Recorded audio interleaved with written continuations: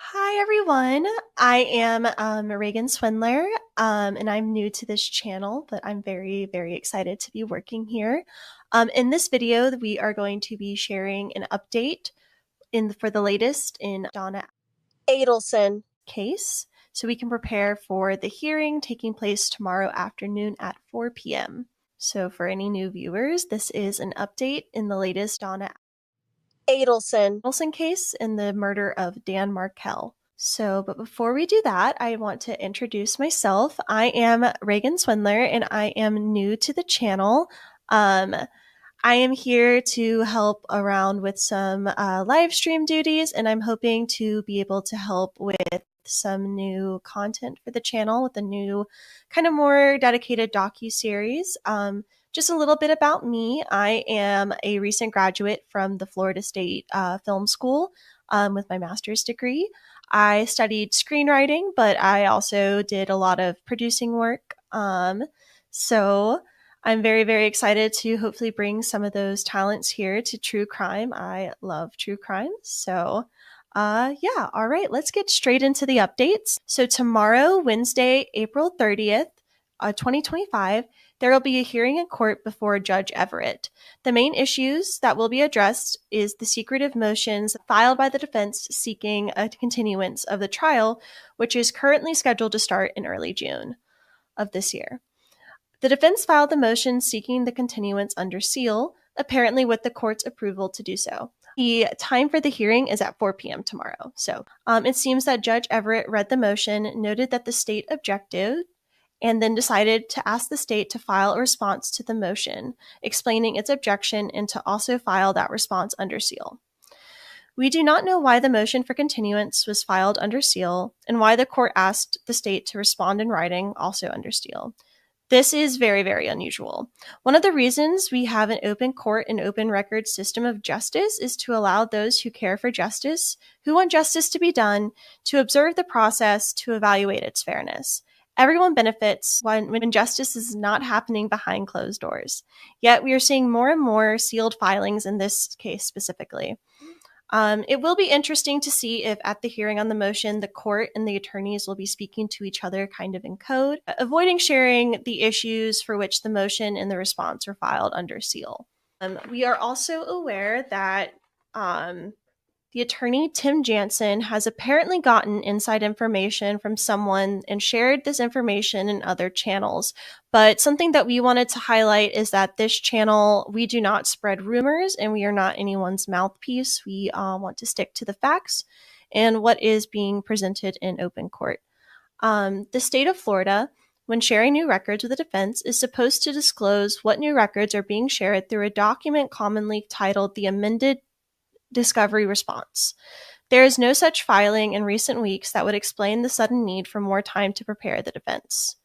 However, there are situations, particularly when the number of records disclosed is very large, where the records will be disclosed in discovery, but the exchange or review of actual records takes more time.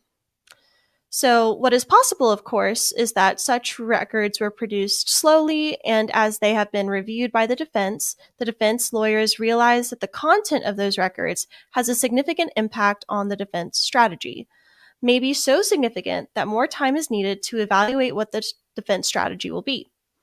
This, of course, is just one of the possibilities for why the defense is seeking a continuance of Donna's trial, but also supported by the cancellation of the depositions of Charles and Wendy Donna Adelson.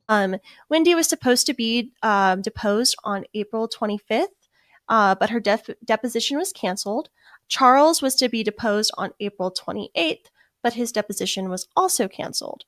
Certainly, defense would not want to take such depositions before they have reviewed all paper records in the case and before it had developed a defense strategy. So whether a continuance will be granted will depend on many factors. We know, of course, that Donna already had a team of lawyers who proclaimed that they were ready for trial last year. But once that team was removed due to a conflict of interest issues, and Donna hired conflict-free lawyers, significant time was given to these lawyers to prepare for Donna Adelson's defense.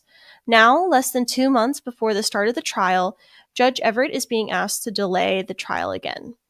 One should remember that the murder at issue in this case happened in 2014. Every delay has a direct impact on justice. Witnesses get sick, lose memory, move away, or even die. In this case, the prosecutors have taken such a long approach, and there will remain unindicted alleged co-conspirators who are free.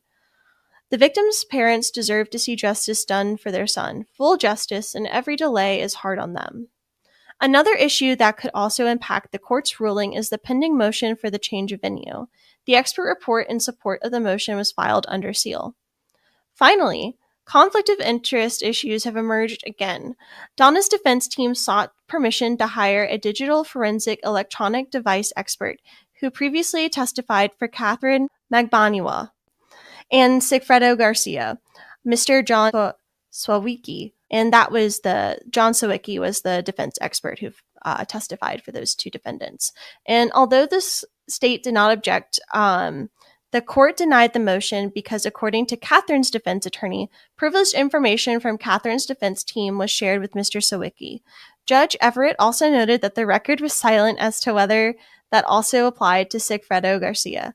Thus, the court held that Mr. Sawicki would not be allowed to testify for Donna unless there was a knowing, intelligent, and voluntary waiver on the record by all parties who could be affected. And this includes Donna Adelson, Catherine Magbanua, and Sigfredo Garcia. Please be sure to join us tomorrow at the live stream of the hearing, and as always, we will also be republishing the hearing later in the evening, but that time it'll have some commentary with it about what happened. So yeah, thanks for watching today, and again, tomorrow at 4 p.m. we will be live streaming the hearing for Donna Adelson and the continuance motions. Have a great day. Thank you for watching, and we hope to see you tomorrow. And if you missed, hit the like. And if you missed any of this, I will be uploading the live version, doing some editing, so it'll be a little less disjointed. Thanks for watching. This has been Deep Dive True Crime and Mentor Lawyer Justice Network. Have a great rest of your day. Now, let's move on to Donna Adelson. The frustration in covering her case has more to do with the secrecy of filings in recent weeks. It has become a trend that almost anything and everything that is filed in the case is not made available to the public or the media. Some seem to have a reason. There seems to have been a motion to file something under seal, but we don't get to see that motion either. So we don't even know why the defendant is asking for anything to be sealed. On top of that, the clerk is being overcautious and is treating almost everything as if filed under seal, even if not filed under seal. The defense has moved twice to disqualify Judge Everett from the case. Neither motion is available to the public for no apparent reason. Judge Everett denied the original motion and the amended motion as legally insufficient. That could have several meanings. It could be that the judge thinks that the motion is untimely, that the defense waited too long to file the motion after knowing the basis they allege in the motion for a while. It could be that there are technical defects in the motion, such as it not being sworn. Or it could be that factual allegations taken as true, since Judge Everett must accept the allegations as true and not go into the merits of the allegations, the factual allegations are insufficient to warrant disqualification. For example, disagreeing with Judge Everett's rulings and alleging that his rulings show a bias would be an insufficient allegation.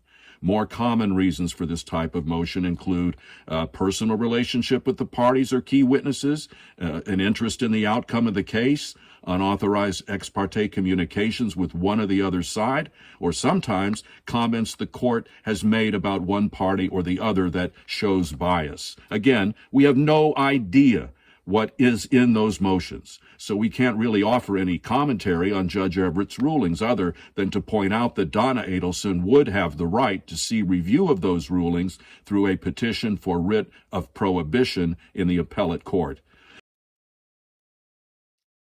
Coming in here real quick as I'm editing this video to actually say that we have an additional update coming today.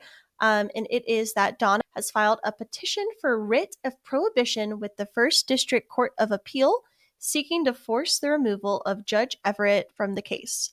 And we will have more on that soon as it develops. So Just wanted to add that in here real quick.